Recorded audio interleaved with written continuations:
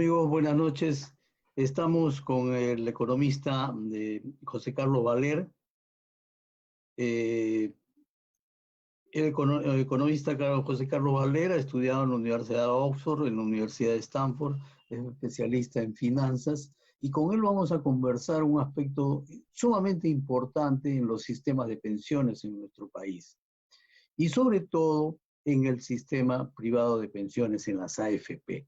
Cómo ahorra la gente, cuáles son los montos que más o menos se debería ahorrar para conseguir un adecuado beneficio, cuáles serían los aspectos favorables o desfavorables de una devolución, hasta dónde nos podría alcanzar una supuesta devolución de montos. Todas estas cosas las vamos a conversar. José Carlos, buenas noches. Buenas noches, doctor Marco. Gracias por invitarme. Qué gusto de saludarlo. Una pregunta inicial. ¿El peruano ahorra o no ahorra? ¿Tiene propensión al ahorro o no? El peruano, yo supongo que tendría propensión al ahorro si pudiera ahorrar. ¿No? Pero Si cuando uno tuviera que revisa, si ahorrar. tuviera que ahorrar, ¿no? Entonces es un lujo que solo se lo pueden dar ciertos sectores económicos, ¿no? Y si quiere, repasamos para que no hablemos así en frío, le comparto un ratito nomás la pantalla para que veamos los sectores económicos en Perú. Este es un cálculo que yo he hecho justo para ver cómo nos iba a afectar la pandemia en los ingresos de la población. Pero sirve para el tema que estamos haciendo hoy. Pero para ponernos en una idea, lo que acá se puede ver es que hay los 5 sectores socioeconómicos en el Perú, ¿no? Desde el A hasta el E, que son los más pobres. El sector E se caracteriza por un sueldo promedio de esa familia de 1.300 soles, en promedio. Puede haber menos, puede haber un poquito más. Y el 87%, que es lo que ve aquí, de ese sueldo se gasta en necesidades básicas, ¿no? Agua, luz, colegios, comida, transporte básico. Quiere decir que la persona del sector E, que es la más pobre en Perú, solo puede ahorrar 13% de su ingreso, básicamente. El 70% de los pobres son independientes, ¿no? Y el nivel educativo de ellos es más o menos primaria, tal vez un poco secundaria, pero en promedio es primaria. Si subimos al siguiente sector, que es el sector económico la media de ingreso familiar ahí, que son 2 millones de familias, 2.400.000 familias, es 2.500 soles más o menos, y gastan en necesidades básicas 80. O sea, es decir, ¿cuánto pueden ahorrar? 20. ¿No? 20. Igual al sector C, la clase media. La clase media ya gasta menos, gana 4.000 soles al mes en promedio esa familia y puede ahorrar hasta 25%. Y así seguimos subiendo hasta la, que es la media es 12.000 soles, pero puede llegar a más, que es solo el 2% del Perú, es esa clase A, y que ellos sí pueden ahorrar casi 40% de su ingreso. Entonces, si usted me dice, ¿el peruano ahorra? Sí, pero depende en qué nivel socioeconómico estés. Y es claro que los más pobres pueden ahorrar muy poco, ¿no? Muy poco. Porque si no, la gente no solamente cubre necesidades básicas, ¿no? También cubre otros gastos, ¿no? Ese es el tema. De acuerdo. Ahora, entremos un poco al asunto de las pensiones. Este ahorro que tiene el peruano, supongo que los estratos más bajos van a ir a la ONP y los estratos más altos van a ir a la AFP. ¿Podría hacernos usted la diferencia de ahorro en un peruano que pone su dinero, o bueno, aporta al Sistema Nacional, a la ONP, y un peruano que ahorra en una AFP? ¿Cuál sería la diferencia entre un posible ahorro en la ONP y un posible ahorro en la AFP? Claro, ahí el cálculo que he hecho y, y, y da que pensar es el siguiente, ¿no? Y voy a poner un poquito a la derecha, no quiero ser muy desordenado. Pero ¿qué sucede? Más o menos nosotros ahorramos, si uno está en una AFP, tiene que depositar, estoy marcando en negrita, 11.7% de nuestro sueldo bruto. Es lo que va. Es decir, alguien del sector socioeconómico A, como en este caso, le voy a tratar de fijar para que los televidentes no se mareen. Alguien está en el sector socioeconómico A. Cuando ahorra, si gana 12.000 soles, tiene que depositar 1.400 todos los meses a la AFP. Si alguien del sector E tuviera que depositar lo mismo en una AFP, tendría que depositar 150 soles al mes. Eso que estamos viendo acá, en 11 años, que es la segunda columna, se convertiría en una persona de clase media, por ejemplo, en 61.000 soles, acumulados en 11 años, ¿no? Estoy considerando 12 sueldos, porque con las últimas leyes me parece que ya no se depositaba en Navidad y en Fiestas Patrias, en esos bonos ya no se depositaban, no descontaban la AFP. Si uno está en el sector socioeconómico C, clase media, son 61.000 soles después de 11 años. Y si está en el sector socioeconómico E, el más pobre, serían 20.000 soles. Eso significa que si uno ha depositado consistentemente todos los meses y ha estado en un trabajo estable y que reporta planilla y que la empresa paga la planilla a la AFP, ¿no? O sea, hace los depósitos. Que nosotros sabemos que eso no suele suceder, porque incluso si le descuentan al empleado hay muchos juicios de que al final no depositaron la plata ni en la ONP ni en la AFP. Entonces, después de 11 años, una persona del sector E, que siempre ha trabajado establemente, como hemos visto, solo un 30% son dependientes y pocos son formales, lo más probable es que esos sectores no estén depositando. Luego llega digamos, la edad de jubilación. Y en la edad de jubilación, ¿cuánto yo podría sacar de esa plata si me acojo al retiro total, que es el 95%? ¿No? Este 95%. Es decir, que de este 95%, yo podría retirar más o menos al mes 8.800 soles en el sector A y 900 soles en el sector E, ¿no? Sin AFP, si no tuviéramos AFP, esto es básicamente lo que yo podría conseguir después de 11 años. ¿Cuánto me dura este ahorro? Esa es la parte. O sea, si yo lo sacara. Es importante eso, ¿no? Claro. O sea, ¿qué pasa si yo deposito religiosamente a la AFP estos montos y me jubilo después de 11 años? Teóricamente. ¿Cuánto me dura? Si uno está en el sector A, podría sobrevivir 2 años más, y si uno está en el sector E, 1 año y medio. Quiere decir, 1 año y medio me podrían depositar el equivalente y estoy considerando como pensión, ¿no? Que yo me voy a gastar, o sea, saco toda mi plata de la AFP y todos los meses voy a gastar solamente las necesidades básicas. Yo no voy a gastar lo que ganaba como sueldo, sino lo básico, ¿ya? O sea, digamos, ¿cuántos años de mis necesidades básicas va a cubrirme los siguientes años? Y el problema es que no da el número, pues, porque en el mejor de los casos me cubriría 2 años.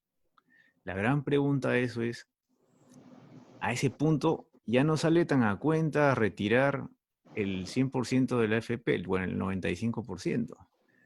A menos que con esto uno planea hacer una empresa, pero si se da cuenta, estos montos son, a menos que uno esté en los sectores que más ganan, los montos inferiores de la clase media para abajo no son montos, digamos, considerables como para armar una empresa, ¿no? Por eso no se puede comprar un departamento, no se puede, porque esto está en soles. Entonces,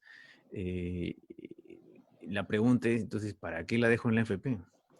La AFP, esto es sin rendimiento de la AFP. Entonces hice el cálculo de cuánto rendían las AFPs en los últimos 7 años, porque es cuando están vivas las cuatro que existen hoy. Porque la AFP Habitat empezó el 2013. ¿Ya? Entonces, hice el cálculo y me di con otra sorpresa. Acá lo voy a poner. Estoy comparando acá la AFP con la ONP.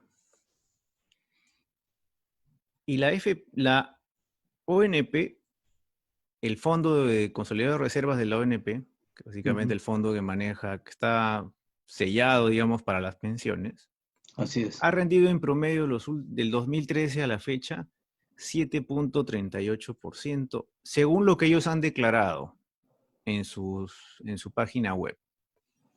Supongo que los audita Ernst & Young, supongo que deben ser cifras acertadas, ¿no? No podemos auditar, con la información pública no se puede auditar cuánto en realidad es, pero ellos dicen que han ganado. Entonces yo dije, bueno, pues entonces si la ONP, la AFP debería rendir más. Y cuando me llevo la sorpresa, que la AFP, y disculpen que esté cambiando tan rápido esto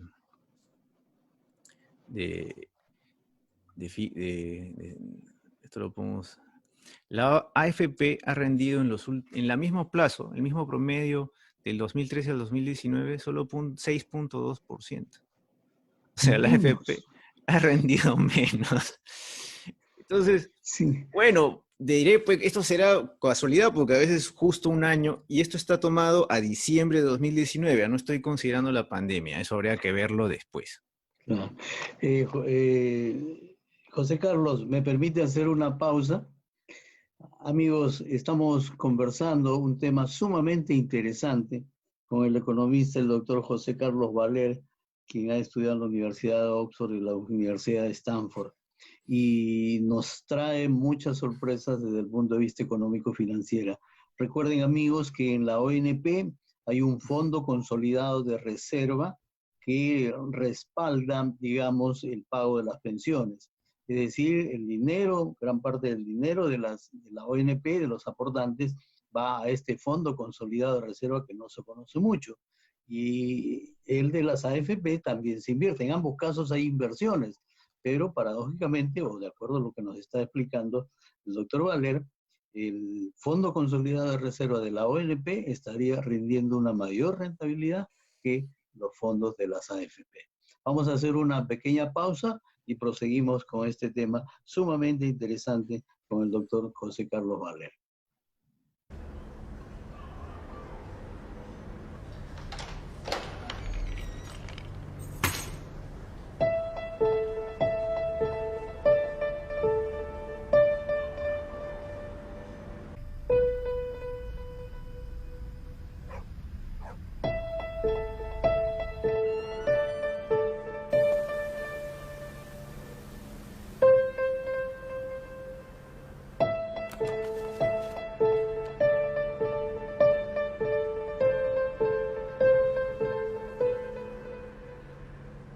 Ahora que has crecido, quiero contarte algo importante.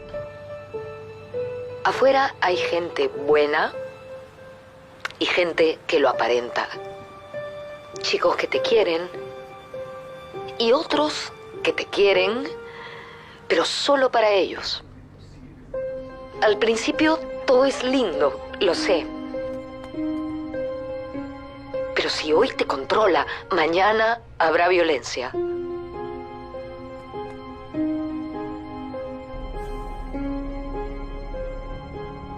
No dejes que te digan qué hacer, porque terminarán creyendo que les perteneces. Y si te llama cada 5 minutos, no es porque te extraña.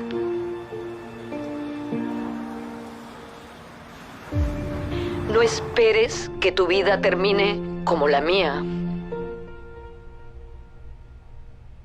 Te amo, hija.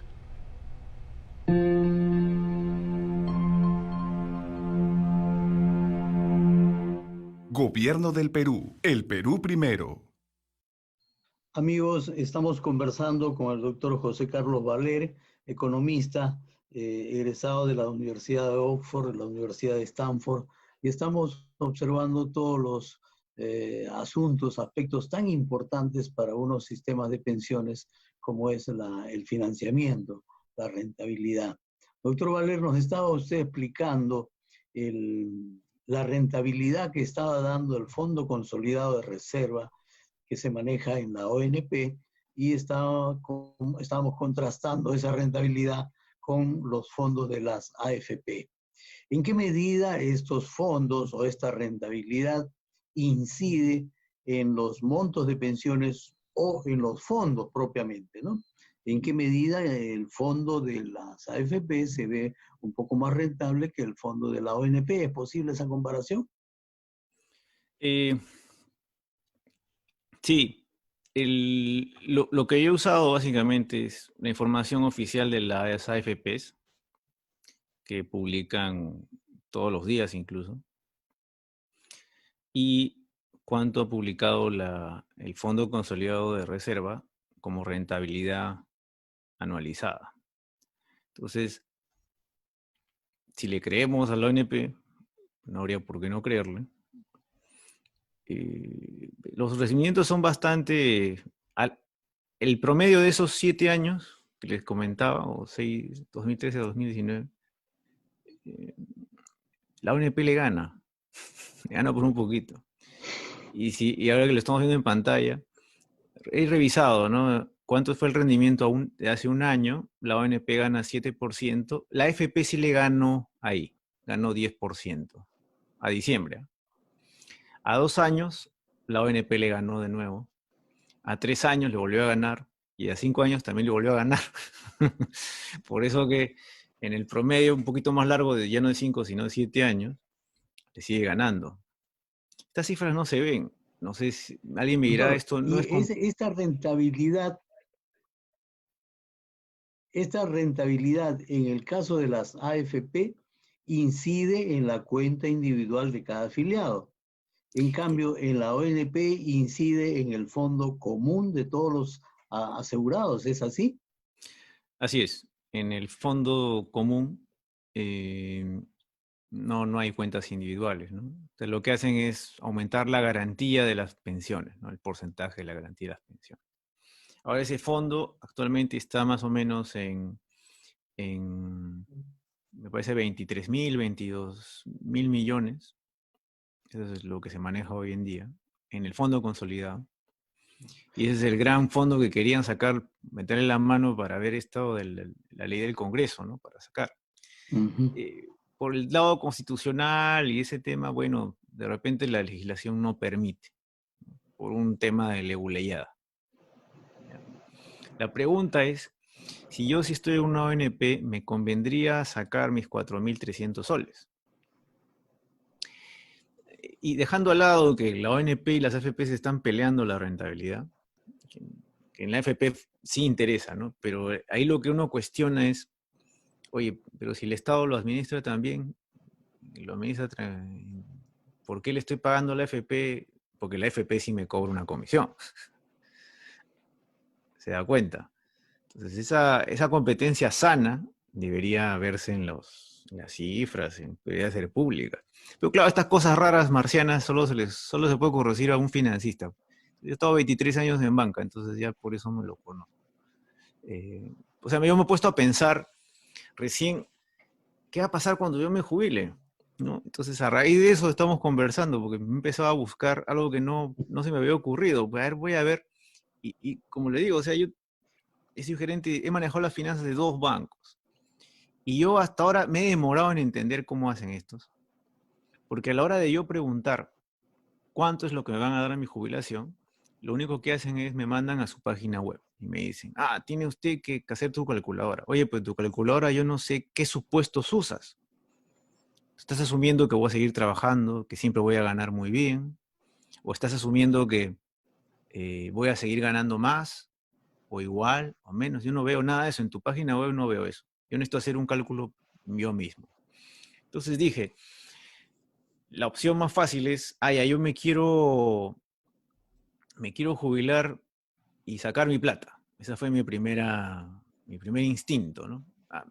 saco mi plata, saco mi 95%. Entonces me puse a calcular cuánto sería mi 95%, ¿no?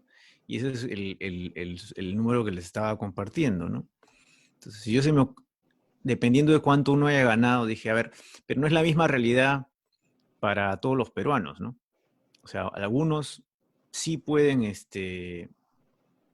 sacar un monto interesante, otros no tanto. Por eso lo dividí por sector socioeconómico, para ver qué pasaría en el Perú respecto a eso.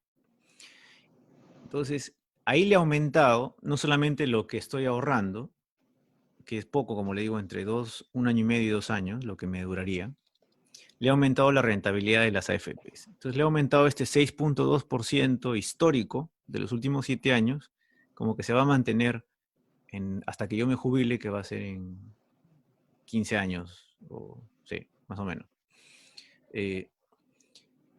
Pero es un supuesto muy optimista, porque si recuerda bien, las tasas en el mundo están bajando cada vez más. Entonces, más bien el rendimiento va a ir bajando. Esto que el Banco Central, la Fed de Estados Unidos y el Banco Central Europeo bajan las tasas, como era en Japón, es un problema para los que tenemos jubilación en el futuro, porque los rendimientos van a ser menores. ¿Cuánto es el valor agregado de la AFP? Si me rinde 6.2% en el futuro. Me aumenta en casi un año, ¿no? Si estoy en el sector, si estoy en la clase media, me aumenta, sí, alrededor, un promedio de un año. Si soy en la clase más pobre, es mucho menos, porque tengo una masa menor. Y si estoy en la clase más superior, me aumenta un poco más. Para cubrir, como le digo, mis necesidades básicas. Entonces acá entra el siguiente figura. Entonces yo me sorprendí, pucha, ahora, entonces si quiero sacar mi 95%, la única opción es hacer una empresita, algún negocio, porque si me lo empiezo a comer de a poquitos, me va a durar 3 años. Eso es lo que le iba a preguntar. ¿En qué medida la devolución del 95 puntos va a durarle a una persona en cada uno de estos estratos? ¿Y Claro, hasta cuánto tiempo le va a durar? claro. Ahí yo estoy asumiendo que me lo voy a ir gastando cubriendo mis necesidades básicas, ¿no? Ya no voy a gastar en lujos. Como vimos, depende de en qué sector económico estás, hay unos que ahorran más y ahorran menos. Pero usemos solamente la necesidad básica. Obviamente la gente tiene más plata, le dura más porque sus necesidades básicas son menores, ¿no? Usual lo que tenía antes era para lujos. En cambio, la gente más pobre o la clase media tiene una poca capacidad de ahorro. Entonces, casi el 70% de su ingreso se va en necesidades básicas. Colegios, universidades, comida, transporte, vivienda.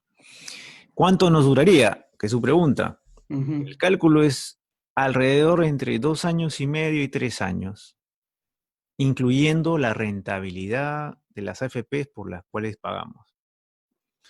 Y eso es históricamente, es mundial. O sea, no es que...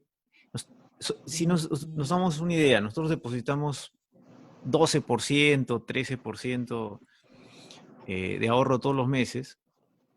Entonces, al año tenemos más o menos, vamos guardando un mes de ahorros, ¿no? Entonces, a los 10 años vamos a tener 10 meses, 12 meses de ahorro. Por los intereses compuestos y la figura de la rentabilidad, nos van a alcanzar más o menos hasta 3 años, 2 años. Sí o sí.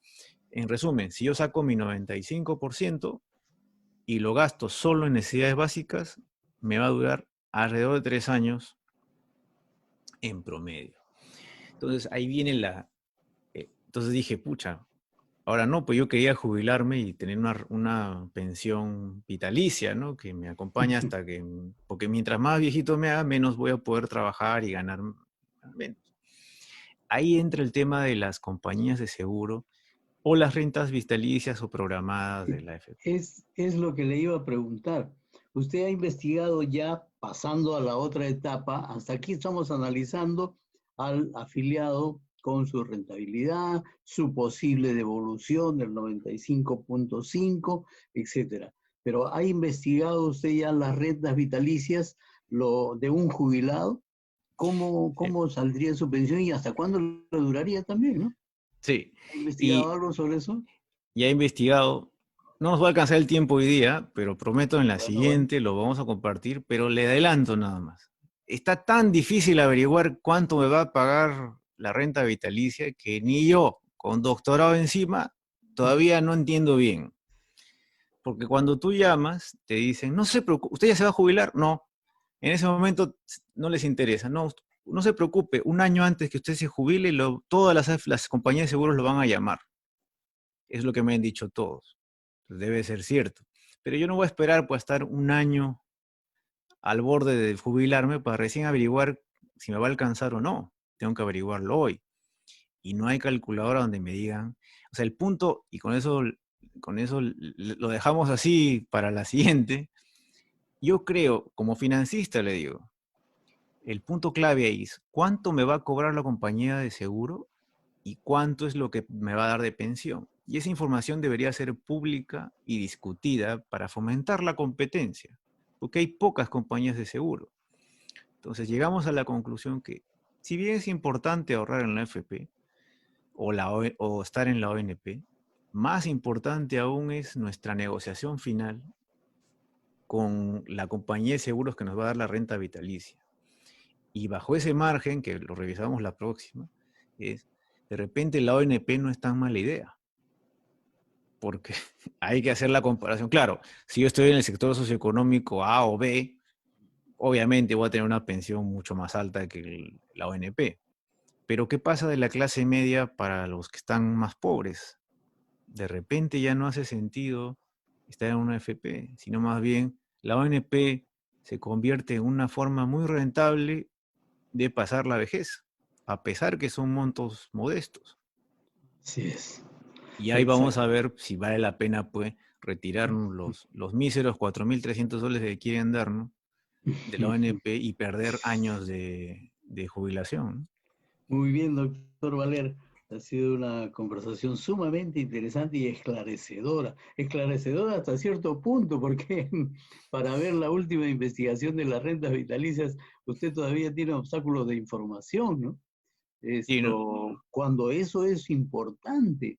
Hoy en día es tan importante la cultura previsional, no solamente saber que a los 65 años voy a tener una jubilación, sino cuánto va a ser mi jubilación. Debo preparar toda mi economía para más allá de los 65, ¿no le parece? Así es, así es. Es un tema crítico porque claro, la salud ya no es como antes y ya no se puede trabajar como antes. Entonces voy a depender los siguientes años, tengo que saber en qué me estoy para ver cuánto ahorro, ¿no? Obviamente. Así es. Sí, sí. Así es. Permítame comprometerlo para una siguiente conversación, doctor Valer, a fin de seguir con estas investigaciones que usted tiene a bien compartirnos. Amigos, hemos estado hoy día con el doctor José Carlos Valer, economista, egresado a la Universidad de Oxford, a la Universidad de Stanford, quien nos da muchas luces sumamente interesantes en torno al aspecto financiero de los sistemas de pensiones. Muchas gracias. Hasta la próxima oportunidad.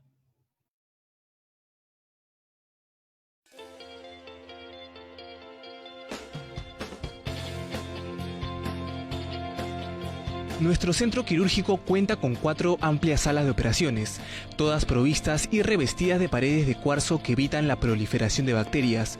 Asimismo, nuestras camillas clínicas son totalmente eléctricas para el mejor desempeño de los cirujanos. El centro quirúrgico de la Clínica Santa Beatriz se caracteriza por tener tecnología de punta. Aquí se realizan intervenciones de baja complejidad como cirugía de apéndice y colecistectomía. También de mediana complejidad como embolizaciones y panangiografía. Las mesas de nuestro centro quirúrgico son totalmente eléctricas, revestidas de acero inoxidable, capaz de realizar las posiciones requeridas por el cirujano. Complementando la sala de operaciones de Clínica Santa Beatriz, todo el circuito está debidamente empotrado, tanto las bombas de vacío, el oxígeno y las máquinas de anestesia son también de última tecnología, muy modernas, a disposición de todos nuestros pacientes. La unidad de vigilancia intensiva es un área de observación y vigilancia permanente a nuestros pacientes que requieran un tratamiento específico después de una cirugía. Contamos con una ambulancia tipo 2 totalmente equipada para cubrir todas las necesidades de nuestros pacientes, ya sea desde su recojo hasta su posterior traslado a su domicilio. La Clínica Santa Beatriz tiene además servicios adicionales. Brindamos un laboratorio clínico que tiene modernos equipos a su disposición, ya sea en hematología, bioquímica, inmunoluminiscencia. Contamos con un centro de imágenes habilitado con un tomógrafo espiral multicortes de 64 cortes, ecógrafo 4D de última generación. Clínica Santa Beatriz, infraestructura y equipos de alta tecnología para su mejor desempeño profesional.